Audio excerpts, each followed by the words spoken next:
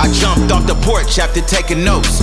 Started making dough and started playing broke. I was making. Are there any people, like, was there a time where you ever had to just separate yourself from people just to focus on you, or? Well, I think, it was kind of like a destiny, fate moment, because something happened in my life when I was in college. Like, right as the year of college ended, like I said, when I was coming back home for that summer and I had the refund check and I was starting to build a business, I was sitting out in the porch of my house with my father and his friend. And, we were just bullshitting, talking, whatever. And I had made the comment that, like, when my business pops off, like, I'm going to drop out of college and I'm going to go live in Los Angeles. Like, and this guy, I'm not going to name him. We're not even going to spend too much time on this.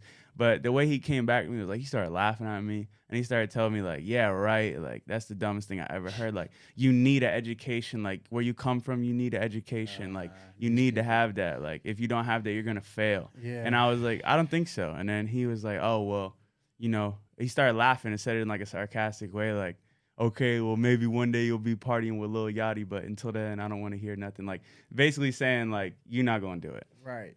And I have been to a party with Yachty twice.